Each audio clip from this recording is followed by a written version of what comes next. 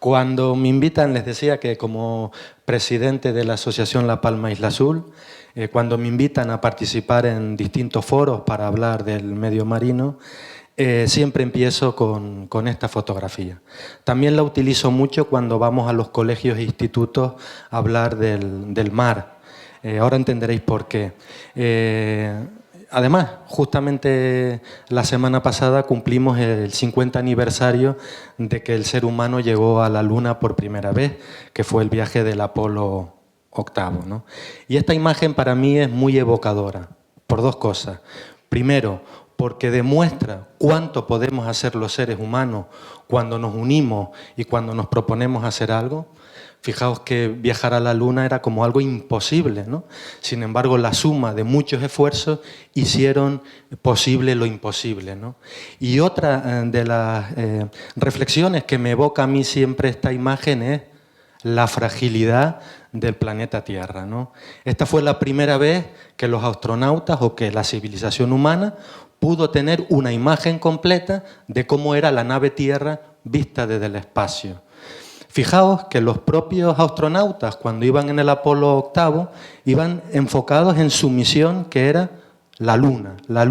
Pero ellos mismos dicen, después, cuando narran sus experiencias, que realmente lo importante de esa misión fue tomar esa fotografía.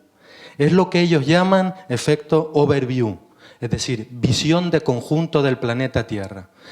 Cuando vienen los astronautas de pasar tiempo en el espacio, vienen con un cambio cognitivo fundamental en su modo de ver el planeta Tierra. Cuando ellos están allí arriba y lo ven, ven que es un planeta vivo, que rebosa vida, que brilla en la oscuridad del espacio. Pero también nos transmiten y se dan cuenta de que el planeta es extremadamente frágil y que tenemos que cuidarlo. Para centrarnos un poco en el mar, es como si le diéramos a esa fotografía y esto es lo que vemos. Y a mí lo que me llama la atención de esa fotografía es algo fundamental, que es azul. Realmente, ¿por qué llamamos Tierra a este planeta cuando más del 75% de su superficie es mar? Es increíble, ¿no? Quizás lo llamamos Tierra porque nosotros somos terrícolas, pero realmente, si tuviéramos que ceñirnos a su descripción física, yo lo llamaría mejor planeta-océano, ¿verdad? Sin embargo, a pesar de ser la máxima, digamos, extensión del planeta, el mar, resulta que es el ecosistema menos conocido en nuestro planeta. Es decir, conocemos más, por ejemplo, cómo es la superficie de la Luna, o cómo es Marte, o cómo es Titán, lunas de Saturno, que lo que esconden el océano. Y quizás del océano albergó la vida y también quizás tengamos allí las soluciones a los problemas que nos encontramos en la actualidad. Solamente el 5% del océano se ha estudiado en profundidad. Y en Canarias, que somos un archipiélago, solo el 1% de la superficie es emergida. El resto, el 98,4% aproximadamente, es superficie marina. Y además con ecosistemas que pueden llegar a los 3.500 metros de profundidad. Lo cual nos dice que la mayoría de ecosistemas que tenemos en Canarias son ecosistemas de gran profundidad y, por tanto, los más desconocidos y los más vulnerables también. Pero, sin embargo, el océano es fundamental para el planeta Tierra. El océano, además de proveernos alimento, también nos provee oxígeno. Muchas veces cuando yo le digo a los chicos en los colegios, ¿sabéis de dónde viene el aire que respiramos? Me dicen, de los bosques, de las selvas. Sí, es cierto, pero la mayoría del oxígeno que respiramos proviene del océano. Los fitoplancton, los zooplancton, aquí luego Tamia nos puede ilustrar un poco mejor que yo, proporcionan la mayor parte del oxígeno que respiramos. Pero luego tiene una función para mí principal el océano, que es que regula el clima del planeta. El océano tiene unas especies de corrientes, los marinos lo saben mucho mejor que yo, que a través de esas corrientes, pues además de distribuir los nutrientes que se necesitan en las distintas cadenas tróficas, pues sirve para llevar el agua caliente de los trópicos hacia los polos, que es la nevera o el aire acondicionado del planeta Tierra. Allí se enfría y se vuelve a redistribuir por el planeta. Y eso permite que tengamos la temperatura que tenemos en la Tierra. Y eso permite que sea posible la agricultura, por ejemplo, que sea posible además la pesca, por ejemplo. Si no tuviéramos el clima que tenemos hoy, no habría planeta tal y como lo conocemos. Para que os hagáis una idea, el clima es como la placenta cuando estamos en el vientre materno. Si no tuviéramos eso, sería imposible albergar la vida. Y bueno, pues, ¿pero por qué no lo protegemos entonces? ¿Por qué no tenemos esa conciencia de protección hacia algo que es tan importante? El mar. Decía Silvia Erle que sin azul no hay verde, ¿verdad? Que el planeta Tierra, o el océano, es el corazón azul del planeta Tierra. ¿Por qué no lo conocemos? Bueno, nosotros como asociación trabajamos en una hipótesis, en una idea, que la hemos tomado prestada de un gran buceador, que para mí es muy inspirador, que es Cousteau. Cousteau decía que las personas solo protegemos las cosas que amamos, pero solo amamos las cosas que conocemos y solo conocemos aquellas cosas que se nos enseñan. Y esto es importante porque muchas veces actuamos no por maldad, sino por mero desconocimiento de las cosas. Y nosotros en la asociación, todos los proyectos educativos que intentamos sacar adelante son partiendo de esa premisa de enseñar para conocer, para amar y para proteger de manera natural. Es importante un poco en relación a la charla que nos dio Sonia esta mañana. Por cierto, enhorabuena, muchísimas felicidades. Eres inspiradora, de verdad, de verdad. En un mundo tan de hombres, sacar eso adelante es para todos los reconocimientos, ¿vale? Pero hay una diferencia fundamental con el territorio donde vive Sonia, y es que nosotros somos islas oceánicas. Es decir, la isla de La Palma, al igual que el resto de las Islas Canarias, nació a través de un volcán en las llanuras abisales. La lava, procedente del núcleo incandescente, encontró grietas, fue saliendo, se fue, digamos, cementando hasta que salió a la superficie. Y eso un poco marca nuestro carácter insular, nuestra orografía. Todos los marinos saben cómo es nuestro fondo aquí. Sonia decía, es que no hay arrastres en La Palma. Es decir, es que sería imposible. Y con todas las piedras que tienen ahí, ¿cuántos aparejos no perdemos, verdad, que se nos enrocan y que se tal? Porque nuestra orografía es así. Esas un poco las líneas, esas son las batimétricas, vemos que están muy juntas, quiere decir que a poco que salgamos de la costa vamos a encontrar grandísimas profundidades. Y eso marca también un poco el carácter insular de nuestro medio marino y también un poco el trabajo de los marinos y las especies que un poco están buscando para nosotros, ¿no? ¿Puedes pasar? Arturo, no sé, te voy a luego... No, bueno, ya veréis luego Arturo que nos deja todo. Bueno, esto es un poco el esquema, ¿no? ¿Y cuál es la diferencia en respecto a continentes? Que nuestro espacio costero, nuestra línea de costa es muy pequeñita, pero allí se concentran todos los usos que hacemos, el pesquero, el ocio, el turístico. Entonces, en un espacio muy pequeñito lo sometemos a una presión enorme y eso es bueno tenerlo siempre en conciencia porque a veces es una de esas ideas de por qué no le damos espacio al ecosistema para recuperarse, ¿no? Y bueno, a mí me habían invitado un poco para hablarles aquí de las posibilidades del turismo marinero. Pues yo les puedo contar un poco mi experiencia. Es decir, nadie. Y he traído gente y gente a bucear aquí que han tenido la oportunidad de estar en otras partes del mundo, que desde el Caribe hasta Mar Rojo, hasta pasando por Indonesia y demás. Y todos los que he venido a traer aquí me dicen, es que ustedes no saben el tesoro submarino que tienen en las Islas Canarias. Precisamente por lo que hablábamos antes, porque podemos hacer un buceo muy de costa, muy para todo el público, incluso snorkel, podemos salir en el barco, hacer una ruta y además ponerles unas gafas para que se tiren y vean las estructuras submarinas que hay. Pero después, a poco que salgamos de la costa, vamos a encontrar grandes profundidades y hay auténticos buceadores que lo que buscan es justamente el buceo técnico de gran profundidad. Bueno, esto es un poco como es el fondo de La Palma, el más costero, está todo horadado por coladas basálticas, por arcos, cuevas, demás. Esto, dale para atrás, porque a veces me dicen, bueno, ¿cómo has pintado eso, no? ¿Qué programa de ordenador utilizaste, no, para editar? No, no, no. Eso es una cueva que hay en la parte sur, en Fuencaliente, y cuando le damos con nuestras linternas, ¡bum! A mí lo que el mar me ha enseñado muchas veces es a mirar, a mirar. Por eso me tiene tan enamorado. Esto, por ejemplo, en el sur de Fuencaliente, estas son las coladas del Teneguía, y es un poco la idea para que veáis. Esto es la salida de la playa de Las Cabras, creo recordar. En Las Cabras es alucinante. A poco que salgas de allí, a 20 metros de la orilla, por contaros, o podemos caer a 50, 60, 70, 80, 90, 100 metros de profundidad. Y es un poco para que veáis la orografía. Y eso nos da muchas posibilidades.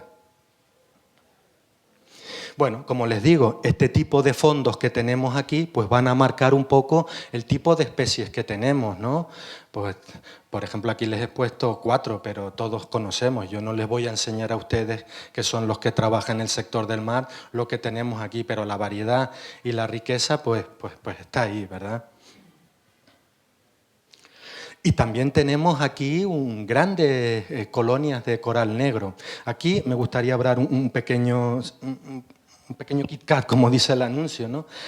Francis Pérez, que es uno de los fotógrafos más importantes que hay en el mundo de fotografía submarina, que lo tuvimos invitado en el Festival del Mar de La Palma, nos hizo una vez un cuento, nos dijo, mira, yo fui a un viaje a Indonesia y allí una de las inmersiones estrella era ir a visitar el coral negro.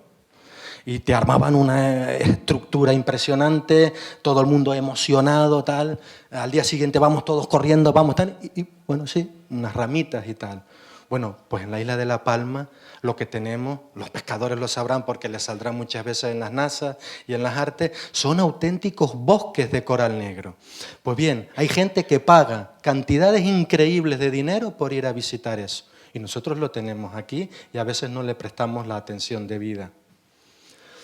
Bueno, esto es otra especie, esto es una gerardia macaronésica, también preciosa, como veráis, es simplemente ilustrativa para que lo veáis. Y luego también la riqueza que tenemos en las zonas pelágicas. Es decir, Canarias es la región, en relación a su extensión, de mayor concentración de cetáceos a nivel mundial.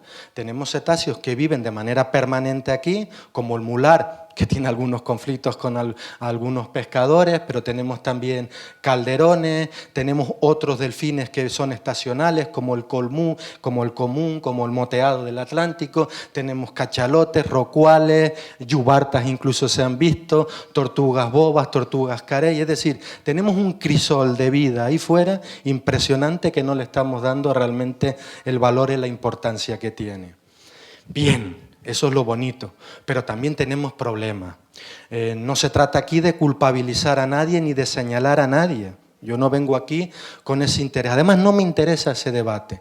A mí lo que me gusta es, como la primera fotografía, construir algo nuevo, un mundo mejor. Y ahí cada uno tendrá que hacer un poco su examen de conciencia y ver en qué puede mejorar. Pero lo que dice la ciencia, y esto no es mi opinión, no es que yo venga aquí a contaros esto, es eso que veis ahí. El 90% de los grandes peces han sido eliminados, ¿no? Y la mayoría de los estudios científicos dicen que si seguimos, digamos, explotando el mar de la misma manera que lo estamos haciendo ahora, para 2050 la mayoría de los estos pesqueros del mundo habrán colapsado. Yo creo que a alguien que vive del mar, y el mar es una pasión, también le gustaría que sus hijos pudieran seguir ejerciendo su actividad, pues eso hay que cuidarlo, ¿no? Y en Canarias, pues no es menos. Hay un informe del estudioso José Juan Castro, de la Universidad de Las Palmas de Gran Canaria, que es biólogo marino, que hizo un estudio de los estos pesqueros de Canarias y también concluía que el 90% de la biomasa de peces en Canarias en los últimos 40 años pues nos los hemos comido, han desaparecido prácticamente, ¿no? Bueno, aquí les pongo estas imágenes no con la idea de señalar a ningún colectivo en particular, pero sí es verdad que los buceadores, cuando buceamos en La Palma, es muy común, solemos encontrar este tipo de situaciones. Como veréis, estas nazas no están, digamos, señalizadas, no están debidamente caladas. Aquella, por ejemplo, está a menos de 10 metros de profundidad. Y la otra la pongo porque cae justamente encima de un bosque de coral negro. Muchas veces no sabemos dónde están y lo hacemos, los tiramos, no pasa nada, pero eso abajo está ocasionando un impacto, ¿no? Es bueno saberlo, ¿no? Bueno, estas fotos las he tomado de la plataforma de Sonia esta mañana, me he tomado esa libertad de cogerlas prestadas porque me interesaba mucho y yo creo que es una de esas oportunidades que tiene el turismo marinero y yo creo que tú ponías el acento esta mañana, ¿no? En cuando llevamos a los pescadores, a los turistas, a los chicos y demás, contarles, ¿no? De dónde viene esa especie, lo importante que es para el medio, cómo podemos cogerla y aprovecharla de una manera sostenible. Todo eso crea una sinergia muy potente, que es lo que hace que alcancemos la luna, por ejemplo, ¿no?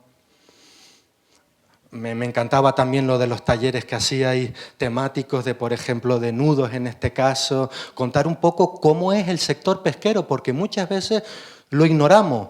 Yo les cuento una cosa, yo particularmente, a pesar de vivir en Canarias, que nuestro territorio es todo mar, vivimos absolutamente de espaldas al mar. En general, no conocemos el mar y yo creo que esa es una de las razones de nuestra ignorancia o de las cosas que a veces hacemos mal y de señalar a determinados colectivos como que son los culpables o que sea, porque no conocemos realmente sus dinámicas, ¿no?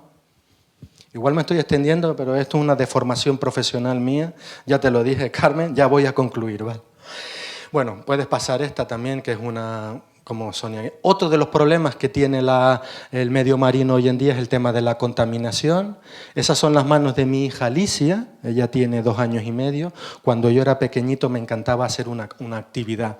Yo me iba de la mano de mis padres y de mi madre por la playa, en este caso en Puerto Nao, y en la línea de marea me encantaba ir recogiendo y coleccionando conchas, cangrejitos, cositas que la mar iba dejando, ¿no? Hoy voy como padre con mi hija y eso es lo que ella recoge. Es por lo menos para hacernos pensar. Bueno, esto es otra de las consecuencias a veces invisibles de los problemas que hay en el medio marino, ¿no? Y luego hay un problema para mí fundamental, y con esto ya voy a ir concluyendo, que es el cambio climático, que es la acidificación de los océanos, la pérdida de biodiversidad y el agotamiento de los recursos naturales. Yo quería aquí hacerles una reflexión. Quizás es incómodo. A mí el papel que me toca siempre en los foros donde voy es el de ser, utilizando tu frescura, Víctor, de mosca cojonera. No terminamos de creernos lo que sabemos. Hoy todos los organismos internacionales nos están diciendo que estamos con nuestra forma de actuar alterando las condiciones que hacen posible la vida en el planeta Tierra. Concluye la ONU que tenemos que cambiar de manera profunda y estructural nuestra forma de relacionarnos con el medio, nuestra forma de explotar, no me gusta ese término, los recursos naturales. Pero yo, allá donde voy, me han invitado a foros de ecoturismo, a foros de custodia del territorio, turismo marinero, muchos foros, todos, y esto es una opinión subjetiva, lo que percibo es intentar un poco más de lo mismo, alargar un poco más. Quizás utilizando toda la información de la que disponemos en la actualidad, es decir, oye, parémonos y vamos a ver cómo podemos hacer las cosas de manera diferente, no pensando siempre en términos de rentabilidad económica, por así decirlo. Afortunadamente yo no tomo decisiones, si no sería, yo solo hablo. Es decir, el cambio climático es fundamental, es decir, con nuestra forma de hacer las cosas estamos emitiendo a la atmósfera ingentes cantidades de gases de efecto invernadero que lo que hacen es modificar la física y la química del clima, lo que era la placenta donde podíamos vivir. Estos son 2 gráficas simplemente para que veáis el nivel de CO2 que hay en la atmósfera. En la primera de arriba va en años, unos 300 años, donde está esas fábricas, donde es la revolución industrial, y arriba es donde estamos ahora. Es fundamental, ¿no? Y abajo, donde está esa carabela, es el nacimiento del ser humano, por así decir, moderno, y donde estamos ahora. En 800.000 años nunca ha habido tal concentración de gases de efecto invernadero en la atmósfera. Y eso es una cuestión física. Yo se lo decía a Arturo esta mañana. Nosotros podemos estar aquí hablando de cómo podemos hacer que el turismo sea atractivo, de cómo podemos obtener una determinada rentabilidad económica, de cómo podemos hacer que el sector de la pesca obtenga unas rentas complementarias tan necesarias para su labor, pero si nos cargamos lo que sustenta la vida en el planeta, todo eso no habrá servido de nada. Eso es un poco la lectura de CO2 que había 7 de julio de este año. Estamos ya por encima de las 415 partes por millón. Eso jamás en los últimos 800.000 millones de años, 800.000 años, había tal concentración en nuestra atmósfera. Bueno, junio fue el mes más cálido del planeta, sin embargo, los 10 últimos meses más cálidos han tenido lugar del 2010 para adelante, los 9, perdón, más cálidos han sido en la última década. Sobre todo en el Ártico. Esa foto tiene 100 años de diferencia, de arriba a la de abajo. Es decir, es lógico, ¿no? A mayor temperatura en el planeta, ¿qué pasa con el hielo? Pues, lógicamente se nos va. Lo que decíamos al principio, nuestro aire acondicionado en el planeta está desapareciendo. Y eso tiene una incidencia bestial, porque el hielo en nuestro planeta Tierra es lo que se llama el efecto albedo. Es decir, una superficie blanca, la energía del solar impacta sobre la superficie blanca y sale nuevamente al espacio. Cuando no tenemos superficie de hielo, el océano es oscuro, los rayos del sol inciden sobre el mar y eso provoca además que aumente más la temperatura. Es lo que los científicos denominan efecto de retroalimentación positiva. Es decir, que nosotros calentamos, pero el planeta ya empieza a calentarse solo con independencia de lo que nosotros estamos haciendo. Esa foto salió en televisión hace una semana, eso es en el Círculo Polar Ártico. Bueno, un científico que iba a tomar unas muestras y se encontró que donde había hielo antes, con sus perros y su trineo, ahora hay agua. Y bueno, ¿y el calentamiento global qué está provocando? El calentamiento global está provocando que cada vez los fenómenos meteorológicos sean más extremos. Ese es un huracán que incidió hace un par de meses en Mozambique, aunque la televisión no lo diga, que ha sido el más devastador de la historia en esa región. Normalmente en esa región no se suelen dar este tipo de tormentas, ¿no? Pero ahí acabó prácticamente con todo el país sumergido debajo del agua. Eso nos puede pasar en Canarias, tenemos que prepararnos, pero yo no veo a ningún político teniendo en consideración absolutamente nada de esto. Eso es una foto un poco de cómo quedó en Mozambique. Eso es lo que pasa a veces con el calentamiento global, que es asimétrico. Normalmente quien primero empiezan a sufrir los efectos son los que menos responsabilidad tienen en causarlo, es decir, los países del sur. Pero eso no quiere decir que no nos vaya a pasar a nosotros. De hecho, si seguimos con la actual tasa de emisión de gases de efecto invernadero, en el año 2050 aquí en Canarias estaremos prácticamente a 3-4 grados de temperatura con respecto a la preindustrial. Eso, ya lo estamos viendo, no llueve, por ejemplo. ¿Cómo vamos a soportar el plátano? ¿Qué va a pasar con la gente que viene en avión? ¿Y los turistas? Si estamos diciendo que vengan turistas aquí, pero si vamos a tener que tomar medidas para reducir los gases de efecto invernadero, ¿qué pasa con los vuelos de avión si son la industria más contaminante que existe? Es que no hablamos de eso. Una cosa, es decir, podemos mentirnos todo lo que queramos, pero la naturaleza va a su bola, no negocia. Esos son procesos físico-químicos. Nosotros podemos acordar poner medidas mañana, pasado, cuando sea, o mira, de momento, pues mira, ahora un poco, mañana otro poco, pero esto sigue caminando solo.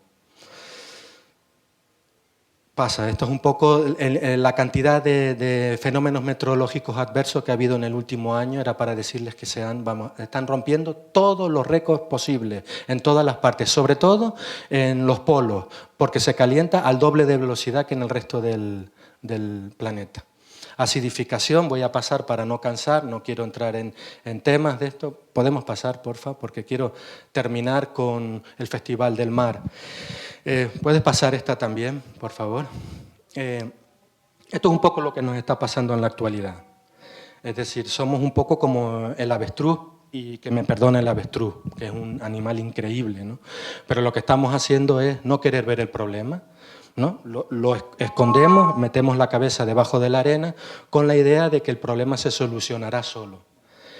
Bueno, posiblemente no sea así. Posiblemente cuando queramos darnos cuenta ya no vamos a poder reaccionar de ninguna manera. Esa foto de abajo es una obra artística de un actor alemán, creo recordar, que representa un poco los políticos discutiendo el cambio climático. Así nos encontramos. Es decir, mientras ellos discuten, el mar sigue subiendo, los problemas se siguen agudizando, demás. O sea que, bueno, pasamos. Y bueno, esto es un poco lo que en la situación en la que estamos, ¿no? Si seguimos como estamos, no habrá futuro. Y debemos de ir a una especie de revolución no militar, ¿no? Es una revolución más cognitiva, lo que hablaban los astronautas. Hace falta una revolución cognitiva a nivel social de forma de ver el mundo y de entenderlo. Sin eso no habrá futuro. Y yo un poco parto de la idea de abajo. Actualmente funcionamos un poco así, el hombre en la pirámide, ni siquiera la mujer, y que tenemos que irnos un poco a una visión un poco más ecológica, donde el ser humano vuelva a estar integrado dentro de la naturaleza, que conozca los funcionamientos, que tenga una visión sistémica de cómo funciona todo.